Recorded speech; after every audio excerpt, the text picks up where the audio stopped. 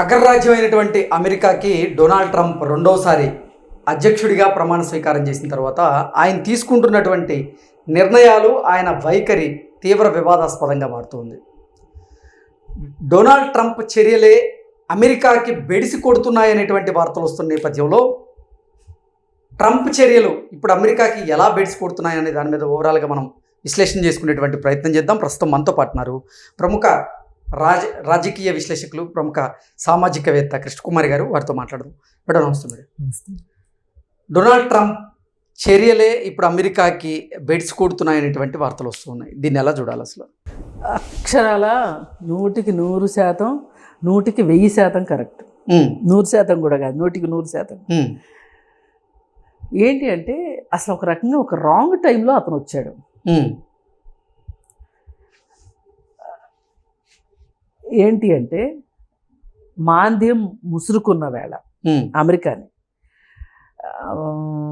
ఇంకా ఇంకా ఇంకా చీకటి రోజులే తప్పితే అమెరికాకి వెలుగు రోజులు లేని పరిస్థితిలో, అంటే అమెరికాలో నీలి మేఘాలు కమ్ముకున్న వేళ డొనాల్డ్ ట్రంప్ అధ్యక్షునిగా ప్రమాణ స్వీకారం చేశాడు. అయితే వీళ్ళు ఏదో పాముకుందామని వచ్చారు. ఈయన సహచరుడు ఎవరు అతను ఉన్నాడు కదా, JD Vance, technology, Elon Musk ఇతను ఇద్దరు కలిసి బాగా ఇక్కడ ఇండియాలో ఈరోజు ఏదైతే దొంగ ఓట్లు అని చెప్పి మాట్లాడుకుంటున్నారో అక్కడ కూడా ఒక రకమైన ఓటు వెయ్యకుండా ఉంటే డబ్బులు ఇచ్చేటట్లు. ఇప్పుడు వాళ్ళంటూ ఓటింగ్కి వస్తే నెగిటివ్గా వేస్తారు. అందుకని అట్లాంటి వాళ్ళందరినీ పట్టుకుని కొన్ని సెక్షన్స్ పీపుల్ని మీరు ఓటు వేయటానికి రాకుండా ఉండాలి అంటే గనక మీకు ఇంత ఇస్తాము అని చెప్పి ఓటు వేయకుండా ఆపారు.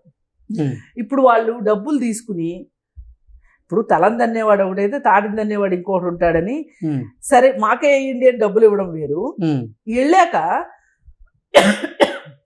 డబ్బులు తీసుకుని వీళ్ళకి వేయకుండా వేరే వాళ్ళకి వేస్తే అలా ఆలోచించారు వీళ్ళు.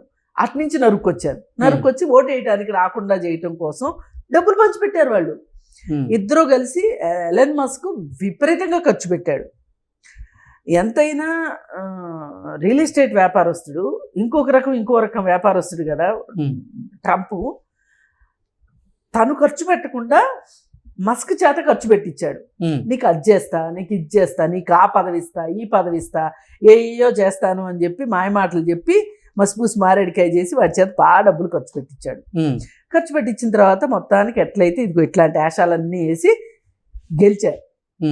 గెలిచిన తర్వాత డొనాల్డ్ ట్రంప్కి తెలుసు ఏమని, ఖజానా ఖాళీగా ఉందని తెలుసు, ఆర్థిక మాంద్యం వస్తుందని తెలుసు, అన్నీ తెలుసు. కానీ 4 ఏళ్ళు నేను షో నడపలేనా అనుకున్నాడు. అనుకుని వచ్చాడు. ఇప్పుడు ఈ 4 ఏళ్ళు షో నడిపే కార్యక్రమంలో భాగమే ఈ కుప్పిగంతులన్నీ. ఏదో అంటారు చూడండి, శతకోటి దరిద్రాలకి అనంతకోటి ఉపాయాలని. మనోడు ఎన్నెన్నో చేస్తున్నాడు, ప్రతి దాని విషయంలోనే ఏలు పెడుతున్నాడు. అసలు ఫస్ట్ అక్రమ వలసదారులు అన్నాడు. పోయినసారి ఏమన్నాడు, మెక్సికోకి గోడ కడతాను అన్నాడు. కట్టాడా? కట్ల. అసలు అక్రమ వలసదారుల వల్లనే ఈ స్వదేశంలో వాళ్ళకి ఉద్యోగాలు పోతున్నాయి అని చెప్పి తెల్లవాళ్ళ చేత ఓట్లు వేయించుకున్నాడు. నల్లోళ్ళనేమో ఓటింగ్కి రానికుండా చేశాడు. చేసి వచ్చాడు కదా. వచ్చినాక మరి తెల్లవాళ్ళకి ఏంటో ఏదో సమాధానం చెప్పాలి కదా. అందుకని గబగబా హడావుడిగా గొడ్ల చావిళ్లలోనూ లేకపోతే కొన్ని చోట్ల పనిచేసే అక్రమ వలసదారుల్ని యుద్ధ విమానాలు ఎక్కించి పంపించేశాడు ఫాస్ట్గా. అంటే ఒక వాతావరణం తీసుకొచ్చాడు. ట్రంప్ చెప్పిన మాట నిలబెట్టుకునే దీనిలోనే ఉన్నాడు. మన కోసం ప్రపంచం అంతా ఎంతో అబాస్పాలు అవుతున్నాడు, యుద్ధ విమానాల్లో పంపడం ఏంటి అనే ఒక వాతావరణం కల్పించాడు అక్కడ. మామూలు విమానాల్లో పంపిస్తే ఖర్చు తక్కువ అవుతుంది, యుద్ధ విమానాల్లో పంపిస్తే ఖర్చు ఎక్కువ అవుతుంది. అయినా సరే ఖర్చు ఎక్కువ పెట్టైనా సరే వాళ్ళని ఏమైనా సరే పంపించాల్సిందే అని పంపించాడు. పంపించి ఏది ఏమైనా మాట కట్టుబడి ఉన్నాడు అనిపించేటట్లు ఉన్నాడు. ఇప్పుడు కొన్ని డబ్బులు సంపాదించుకోవాలి. డబ్బులు సంపాదించుకోవాలంటే ఏం చేయాలి? ఈ అక్రమ వలసదారులు అయిపోయిన తర్వాత వీసాల మీద పడ్డాడు. ఏ వీసాల మీద పడ్డాడు? గ్రీన్ కార్డు వాటి మీద పడ్డాడు. వాటి మీద పడి ఆల్రెడీ గ్రీన్ కార్డులు డబ్బులు ఎక్కువ పెట్టి బిజినెస్ వీసాలు తీసుకున్న వాళ్ళు ఉన్నారు. ఒకరోజు అంటాడు, ఈ తీసుకున్న వీసాలనే నేను రద్దు చేస్తాను అంటాడు. మళ్ళీ ఇంకొక రోజు, ఇది చాలా తక్కువ ఉంది, నేను ఇంకా ఎక్కువ ఆదాయం వచ్చేటట్లు చేస్తాను దేశానికి అని చెప్పి ఆ ఖర్చు ఎక్కువ పెట్టి ఆ వీసాకి సంబంధించినటువంటి ప్రాసెసింగ్ ఫీజుని పెంచుతానన్నారు. అసలు వీసాకి ఇన్ని కోట్లు అక్కడ కడితే, అంతకుముందు మన ఇండియన్ కరెన్సీలో 4 కోట్లు కట్టారనుకోండి, ఒక వీసా గ్రీన్ కార్డ్ వచ్చేస్తుంది వాళ్ళకి. అంటే అదొక స్పెషల్ క్యూ అనమాట, నార్మల్ క్యూ కాకుండా స్పెషల్ క్యూ. ఆ తర్వాత ఏం చేశాడు? ఇప్పుడు దాన్ని ఎంతకు పెంచాడు? ఇప్పుడు ఆ 4 కోట్లు పెట్టి తీసుకున్న వీసాలనే నేను క్యాన్సిల్ చేస్తాను అన్నప్పుడు ఎవరైనా ఏమనుకుంటారు? అసలు ఇట్లాంటి వీసాలు ఉండవు అనుకుంటారు కదా. కానీ ఈడేం చేశాడు?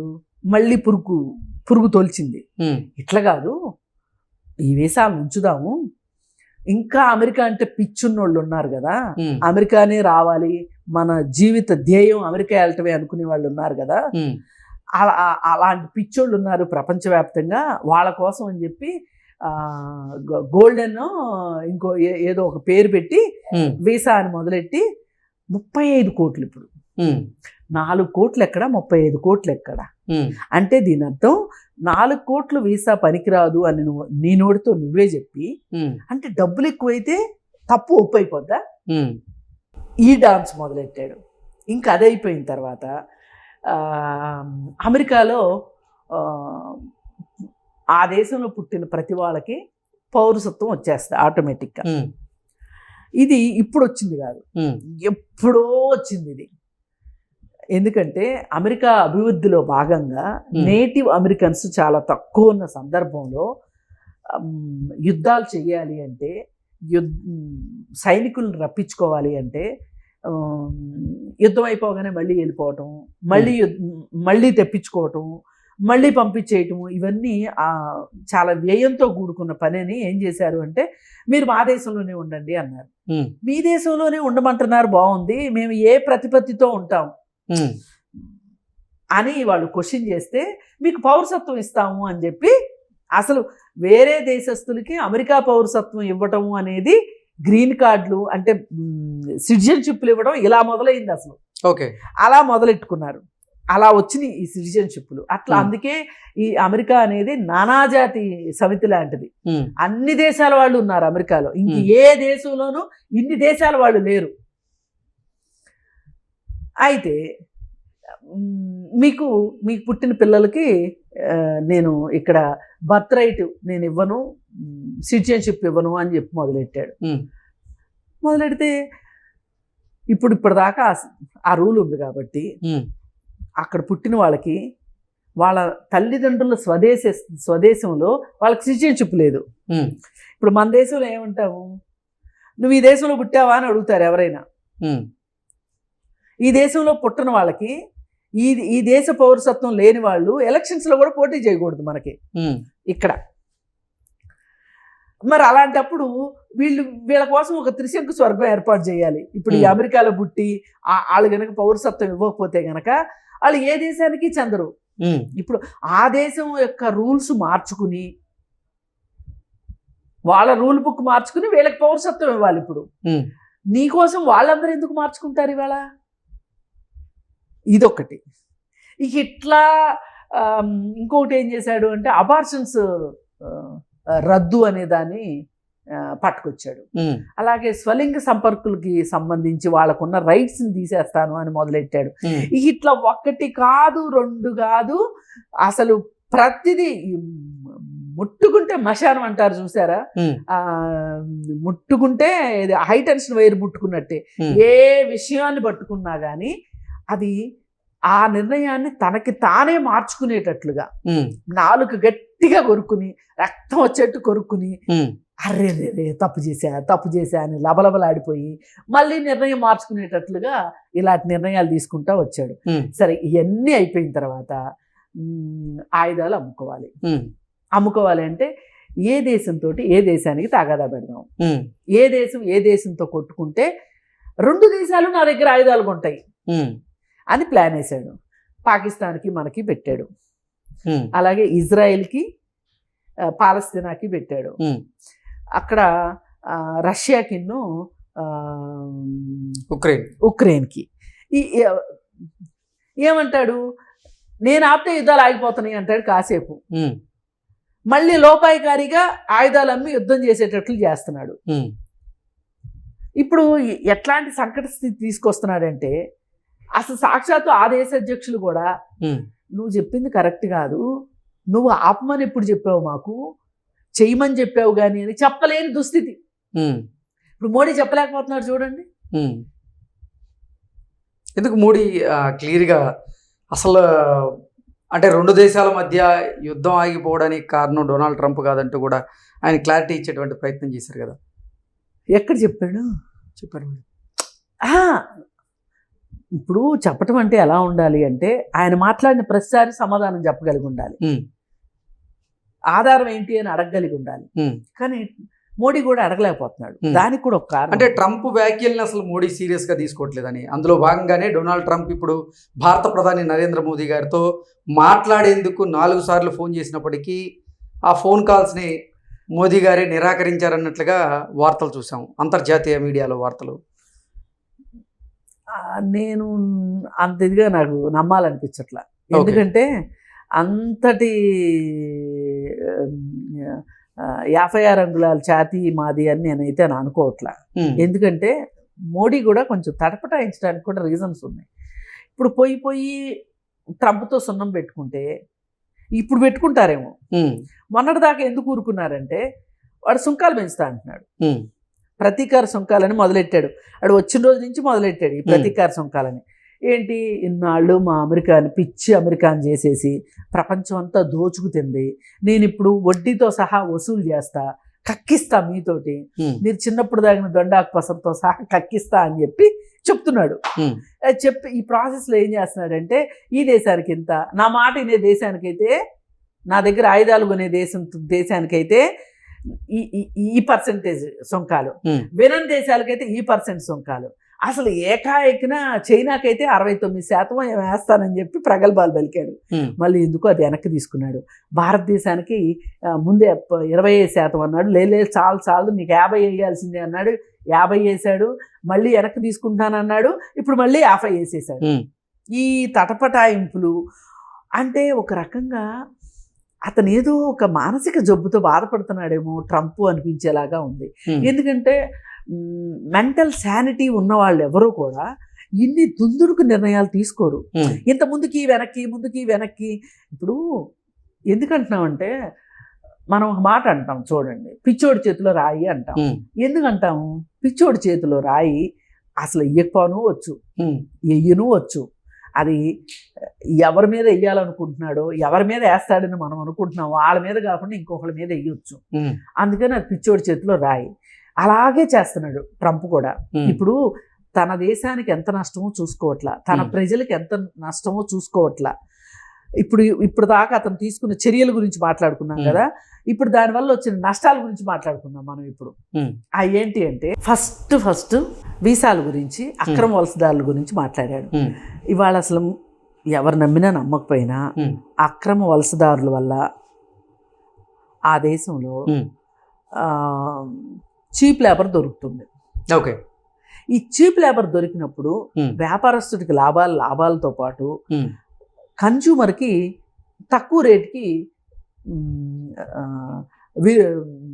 సేవలు అందే అవకాశం ఉంటుంది. ఆ రోజు ఏం చేశాడు, గొడ్ల చావిడిలో పనిచేసే వాళ్ళందరినీ ఫ్లైట్ ఎక్కించి పంపించేశాడు కదా. ఆ గొడ్ల చావిడిలో పనిచేసే వాళ్ళు లేక అప్పటికప్పుడు వర్కర్స్ని మాట్లాడుకుంటే, అంటే సరి అయిన వేషాలతో వచ్చిన వాళ్ళు మాట్లాడుకుంటే వాళ్ళు మాకు డబ్బులు ఎక్కువ కావాలన్నారు.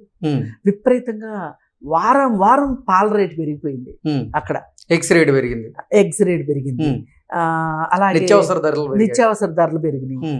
ఇవన్నీ అయ్యేసరి హోటల్స్ వాళ్ళందరూ మీటింగ్ పెట్టుకొని మా దగ్గర ఉన్న వాళ్ళందరినీ నువ్వు పంపించేస్తానంటున్నావు, మా వాళ్ళ దగ్గర ఇంతమంది దగ్గర సరైన వేసాలు లేవు, వాళ్ళు సరైన దారిలో రాలేదు, వాళ్ళని మేము అందుకని ఈ రేటుకి మేము పని చేయించుకుంటున్నాము. ఇప్పుడు నువ్వు చెప్పినట్టు గనక మేము వేసాల ప్రకారం తెప్పించుకుంటే గనక వాళ్ళు ఈ రేటుకి పనిచేస్తారు, ఈ రేటుకి పనిచేస్తే గనక మేము ధరలు పెంచాల్సి వస్తుంది అని చెప్పి వీడికి అల్టిమేటం ఇచ్చేశారు. ఇచ్చేస్తే ఆ విషయాన్ని వెనక్కి తగ్గాడు. ఇక ఇట్లా ప్రతి విషయానికి వెనక్కి తగ్గాడు. వెనక్కి తగ్గితే అంటే ఇప్పుడు ఏమైపోయిందంటే అబార్షన్స్ విషయము అది మహిళల హక్కులకు సంబంధించిన విషయం. ఆ హక్కుని వీడు కాలు రాద్దాం అనుకున్నాడు.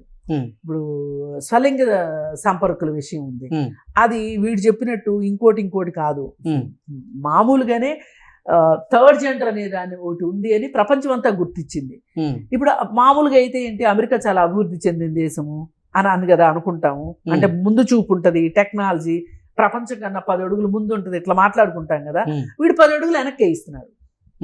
ఇట్లా ప్రతి ఒక్కదాని విషయంలో ఇక ఆఖరికి నిత్యావసర ధరల దగ్గరికి వస్తే గనక వాటిల్లో 50% సుంకాలు వేసాడు. ఇప్పుడు మనకి ఎక్కువగా చాలా ఎగుమతి అవుతున్నాయి. మరీ ముఖ్యంగా మత్స్య సంపదని మనం సముద్ర సంపద గురించి మనం మాట్లాడుకోవచ్చు. అంటే రొయ్యలు, చేపలు, ఎండ్రకాయలు, ఈ మూడింటిని మనం ఎగుమతి చేస్తాం. ఈ మొదటి 25% పెంచినప్పుడు ఏమన్నారంటే అక్కడ లోకల్ వ్యాపారస్తులు మీరేం భయపడకండి, అంటే అసలు వీళ్ళు పంపకపోతే అసలుకే మోసం వస్తుందని వాళ్ళు ఏమన్నారంటే అది మేము భరించుకుంటాము, మీరు యథావిధిగా మాకు పంపండి అని చెప్పారు. అయితే పంపండి అని చెప్తే వీళ్ళు కూడా సరే అన్నారు. మళ్ళీ వీడు 50 అన్నాడు. అప్పుడు వాళ్ళు ఏమన్నారంటే లేదు మిగతా 25 మీరే భరించుకోవాలి అన్నారు. ఇక్కడ రైతులకి నష్టం, అక్కడ వినియోగదారుడికి నష్టం, మధ్యలో వ్యాపారస్తుడికి నష్టమే. ఎందుకంటే అంతకుముందు దాకా 25% లేదు కదా, పోని ఆ 25% న్యాయమే అనుకుందాం. అమెరికాకు మాత్రం అగ్రరాజ్యమైనంత మాత్రాన్ని అన్యాయం ఎట్లా చేయబుద్ధి అవుద్ది అనుకుందాం. అంతటితో ఆగాడా?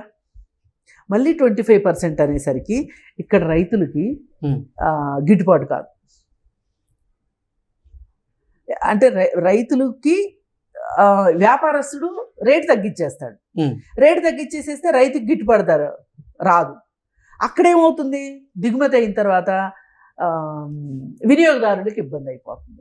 ఇట్లా అసలు ఇప్పుడు రేపటి నుంచి అమెరికాలో గొడవలు ఈ సుంకాలే గనక చైనాతోటి, అమెరికాతోటి, వేరే దేశాలతోటి ఈ సుంకాలు ఎలాగే నడిపిస్తే ఎవరు పెట్టుకుంటారు మధ్యలో?